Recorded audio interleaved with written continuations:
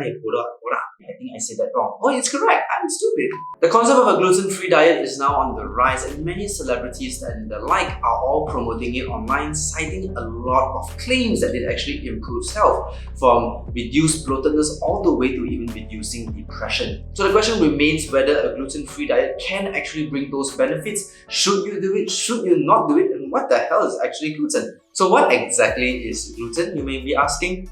Now, gluten basically refers to a protein matrix generally found in wheat-based products. Now, it's generally formed when two protein molecules, glutenin and gliadin in wheat, mixes itself with water, forming this network of protein that is commonly found in things like bread, pizza, doughs, to trap gas and also provide an elastic structure. Gluten can be found in a whole variety of different products. Obviously, as what we've established, it is primarily found in things like bread, flour, barley, rye, and lot. But it can also be found in things like noodles, such as pasta by extension, and even in products that contains a little bit of flour or wheat as well. So things like soy sauce and other seasoning as well. One other thing to note is that gluten can also be found in products that innately does not have any gluten, but if it is processed in a factory or production house that processes a food item containing gluten, it may also be labeled as may containing gluten as well. Now, gluten isn't a newfound discovery or innovation. In fact, in 250 AD,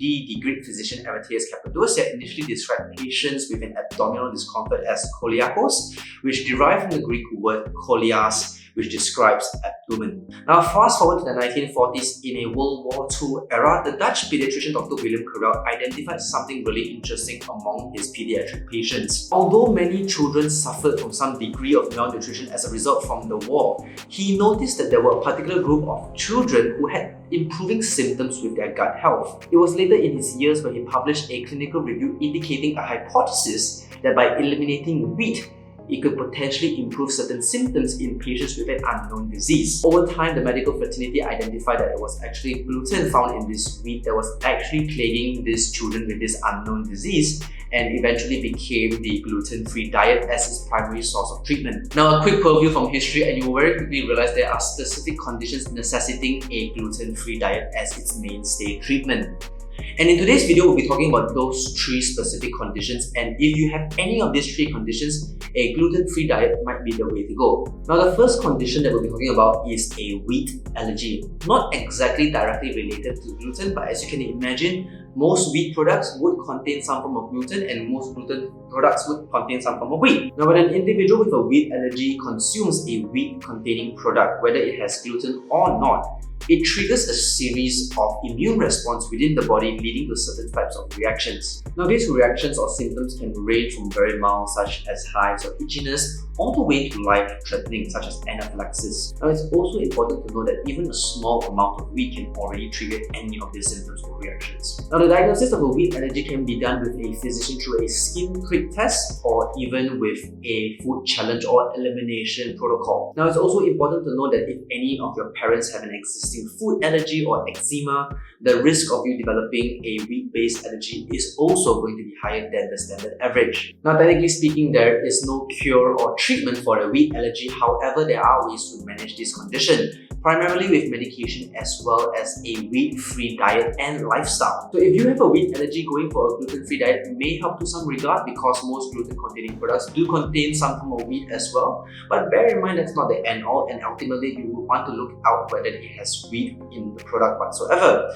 This also extends to things like Play-Doh and cosmetics, which may cause irritation upon contact to your skin as well. Now, the next condition is celiac disease, which is probably the more serious condition where you need to absolutely avoid gluten. Now, when someone with celiac disease consumes a gluten-containing product, it triggers a series of immune response linked to a self-attack onto the body, namely the small intestine, where a lot of absorption actually occurs. As you can imagine, with the small intestine damage, it leads to a lot of issues surrounding the way we process and absorb foods. Now, these symptoms can range quite a bit, and in mild cases, it could just be things like abdominal pain, a bit of diarrhea, but it can start rising to more serious conditions with steatorrhea, growth problems, malabsorption of certain nutrients leading to vitamin deficiencies, bone loss, neuropathy, and many more. Now, generally speaking, celiac disease impacts approximately 1 in every 100 individuals across the world, and it's normally picked up during childhood, as you can imagine, since it impacts growth. Now, there are three main ways used in combination of each other to diagnose celiac disease, mainly a gut microbiopsy to assess the gut condition upon consuming gluten, an antibody test, or a genetic haplotype study, namely the HLA-DQ2 or DQ8 genetic variation. Now, it's also important to know that if you have a first-degree relative that has celiac disease, that screening should be a common necessity to identify whether you have celiac disease, as well as the prevalence will increase quite significantly. Now, similar to wheat allergies, there are no cure or treatment for celiac disease, but you can certainly manage it with a gluten-free diet. Now, although there is a tolerable upper limit of 10 to 50 milligrams of gluten for a person suffering from celiac disease, it's probably advisable not to consume it anyways, mainly because number one, 10 to 50 milligrams of gluten is 0.04 slices of bread.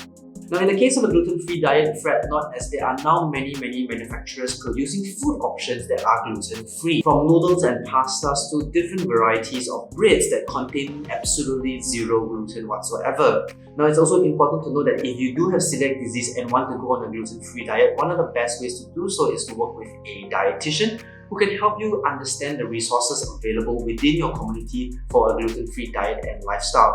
It's also important to note that despite going on a gluten-free diet, you can still achieve optimal nutrition with a whole variety of different food options. Now, the third and final condition related to a gluten-free diet is non-celiac gluten sensitivity, or effectively gluten intolerance. Now, non-celiac gluten sensitivity, or NCGS for short, effectively is very similar to celiac disease. However, the symptoms are generally milder and there are no damage whatsoever to the small intestines. Now, individuals with NCGS may experience symptoms related to the intestines, such as gastric discomfort, abdominal distension, or even just simple bloatedness as well. But they can also experience extra-intestinal symptoms such as headaches, migraines, and numbness at the arms, feet, and joints. Now, these symptoms can be triggered after a certain level of gluten is consumed, and these levels do vary from individual to individual and generally appear hours or even days after consuming said level of gluten. Now, as of the time of filming, there are no direct ways of diagnosing a non-celiac gluten sensitivity.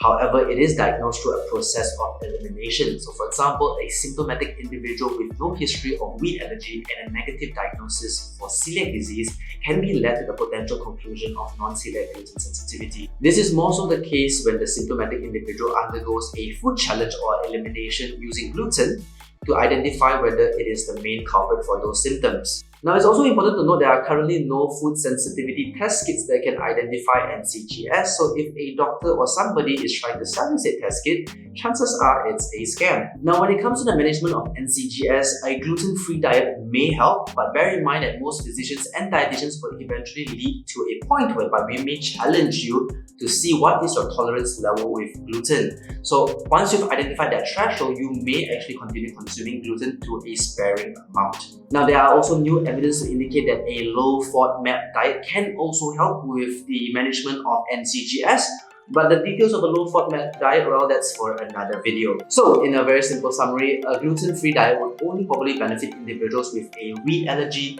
celiac disease, or non-celiac gluten sensitivity. If you are someone that does not have any of those conditions, going gluten-free may not bring any benefit to you, and rather, it probably will bring a little bit more misery to you. I mean, what's life without bread or pasta? But if you really want to be healthy, going for a balanced approach with your diet where you are careful about your portions and the quality of your food will probably bring you much more benefits. Hey, thanks so much for watching and staying up to this point. If you have a celiac related or gluten related question, let me know in the comment section below. And if you want to find out more about a low FODMAP diet, do stay tuned as we might be covering that topic very soon. Until next time, bye! Now, necessitating,